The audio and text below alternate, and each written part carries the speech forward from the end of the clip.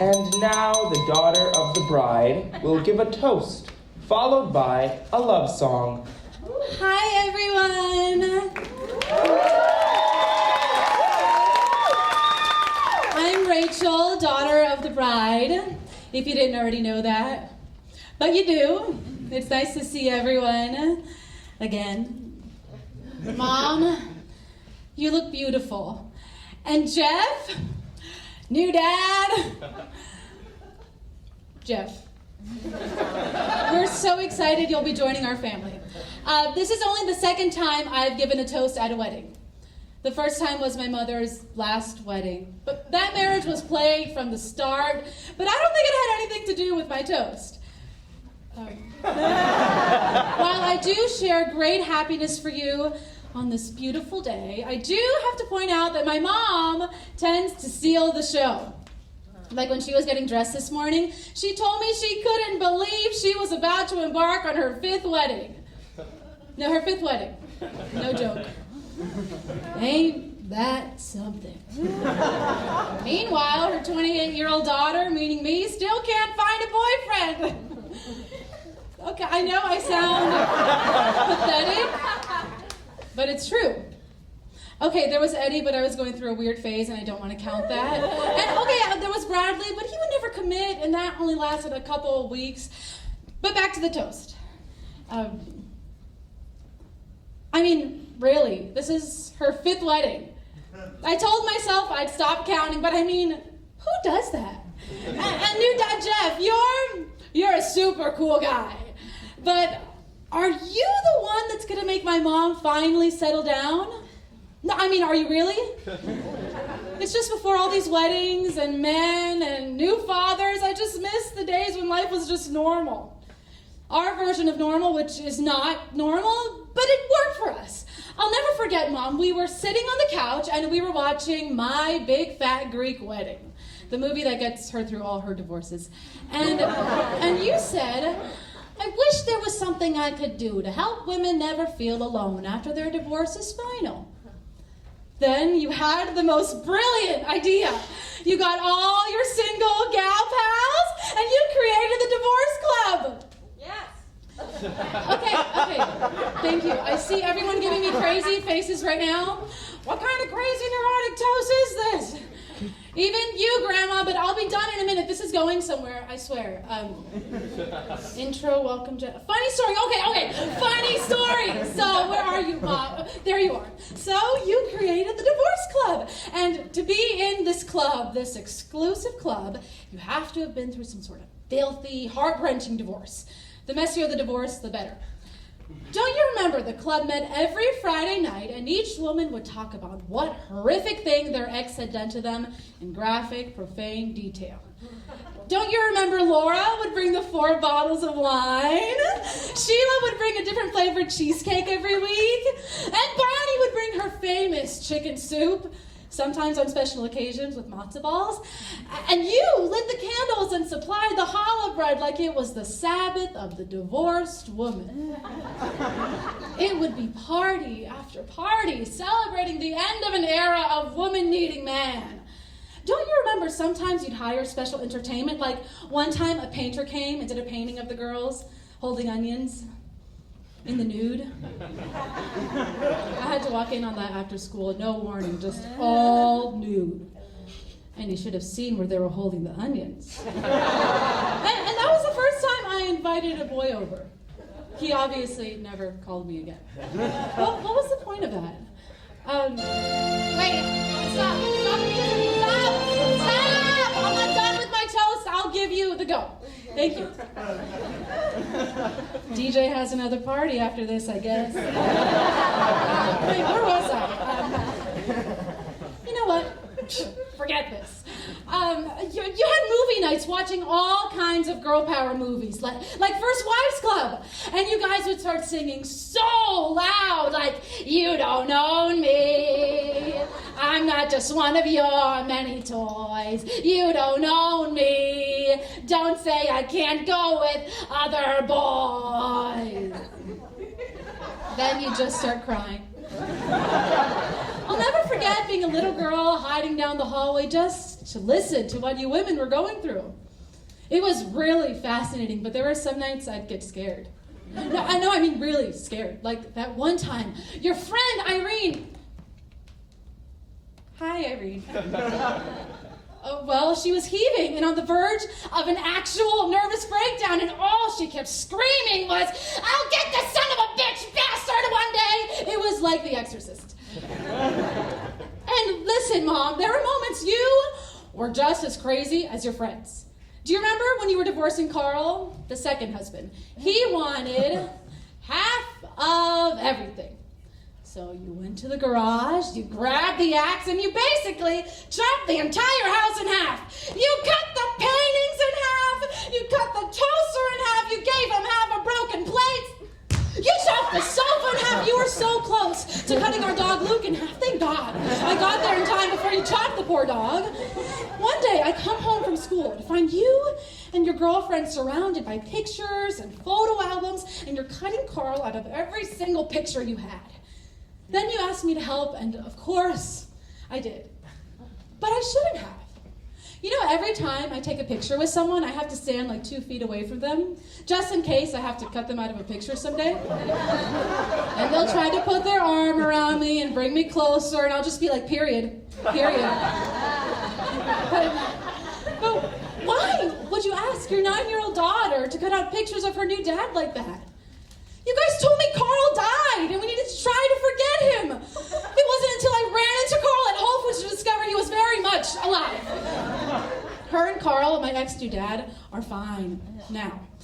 Oh my God, he's actually here tonight. He owns a flower shop, so he gave her a pretty great deal for this wedding.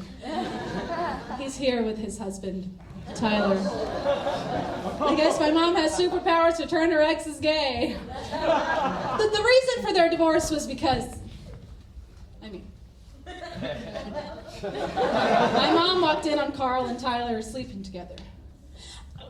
But Carl really cheated on you. I think I would have done the same thing. He cheats on you, he sleeps with someone else in your own bed. Why did you give him half of everything? Honestly, now I get it. I thought you were a lunatic, yelling and throwing shit around, but you're the one that messed up, Carl. Even though Tyler's really hot, so I don't blame you. But that's not the point. When Eddie did that to me, I grabbed all his shit that he left at my house, and I gave it to the homeless guy across the street. How was I supposed to know he was sexually fluid? Or whatever us millennials say nowadays. But good for him. But don't worry, Mom, you're not alone for long. Your last husband, ex-new dad Alex, he was a computer engineer. He was half Chilean, half asshole. And the reason for that divorce was he said all he did was play video games and watch TV, but he was a loser. I don't understand how you could have said yes to marrying him. You know what? I actually never listed all these things out loud.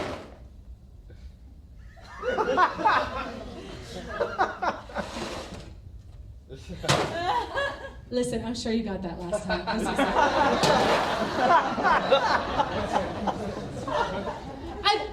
I've actually never listed all these things out loud before.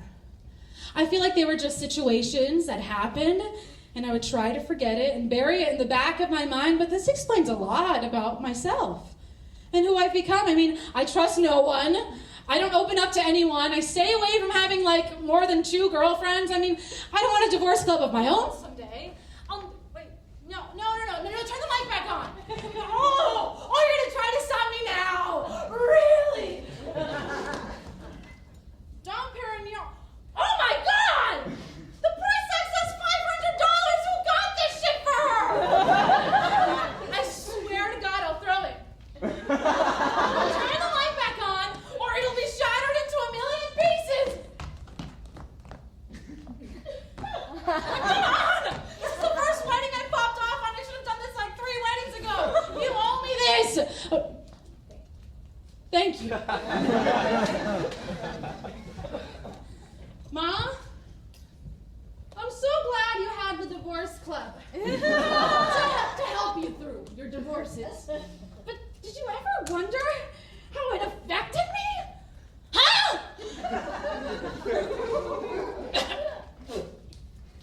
How do you think it made me feel to have a new me, or try to get to know me. All that those men have ever done was give me a headache. I mean, you get married that many times, it's bound to give you a headache, right? And what's the point of marriage? Exactly!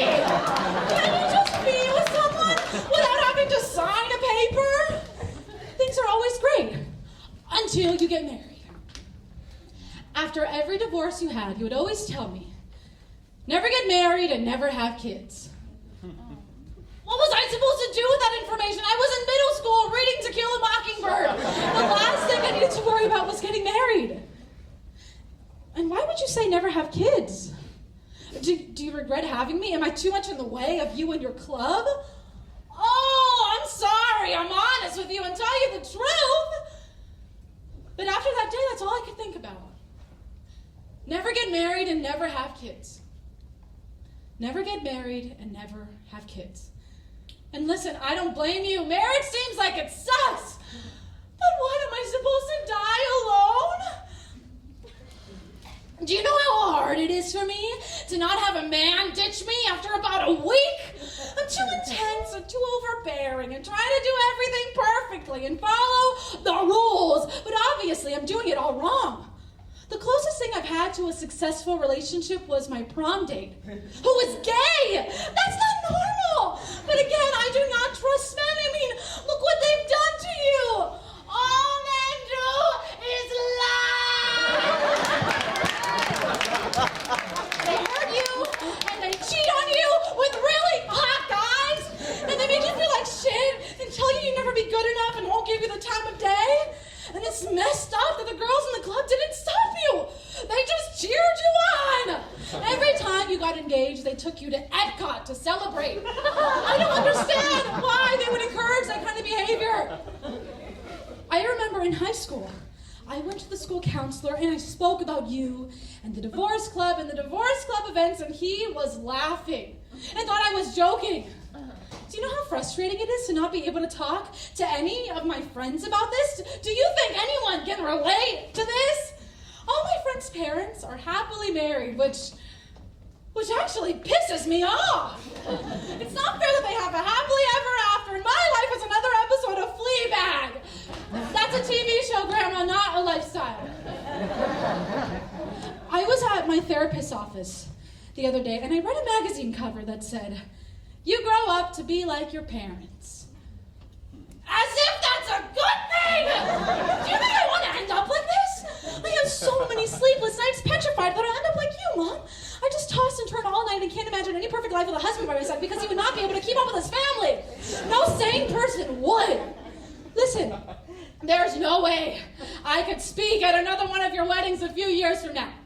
This is the last wedding I will ever attend, not just your wedding. I'm done. I've had it with weddings. And screw my best friend Jasmine, who's getting married next week. What right do you have to get married at 24, you fucking bitch? I'm so done with weddings. And wedding talking at every single one of these weddings. All you motherfucking bitches always ask me, "Rachel, are you married yet? When is it your turn, Rachel?" The clock is ticking, Rachel. Fuck you! I'm 28 years old. There's no fucking clock. I'm not even 30, flirty, and thriving yet, damn it. And you know what? This is the reason I'm still single till today. I tell men about my childhood, and they run. But again, this is your 5th wedding. Is anyone taking this shit seriously right now? And I'm sorry. I have to say, you know, everyone is thinking it. Another divorce is coming a few years from now. Sorry, Jeff. Maybe even next week. And Mom, when that day comes, the entire divorce club and I will be there to do all the things we used to do before there was a new man in the picture. We'll go to karaoke nights, we can go on a cruise, a spa day, we can get divorce club tattoos. But until then, I have to wait for you to get over this one and move on to the next. You want to know the truth? I'm just scared of the future. Everything I touch, I fuck up. I fuck up every relationship I've ever had. I fucked up this wedding. I fuck up every stepdad I've ever had. I don't feel alive unless I'm with someone, but then at the same time, I'm scared to be with someone, so I'll just fuck someone to feel like I have someone and still end up alone. Because there's nothing scarier than feeling like no one will ever love you. But this is my life, and it's not fucking funny. This is my life. This is my life. Yes. This is my life. And I'm tired of you and my fear of becoming you to get in the way of how I want my life to go. Mom, you've made a lot of decisions with your life. A lot of wrong decisions. But you know what? At least you're making decisions and living your life, but I need to live my own life and make my own mistakes. Matter of fact, I'm supposed to be giving this toast for you and Jeff, but I think this toast should be for me. I'm the one who survived those divorces just as much as you did. I deserve to wish myself luck and happiness and a happily ever after. You've had enough toast, Mom. Let me have this one. Here is to new beginnings, better tomorrows, and a lifetime of happiness. Drink up, motherfuckers! DJ, scratch out last. Let's do thank you next. I know you know the words. Spend more time with my friends. I ain't worried about nothing. Plus I met someone else. We having better discussions. I know they say I move on too fast, but this one lasts. You know why, sir? Because her name is Rachel, and I'm so good with that. She taught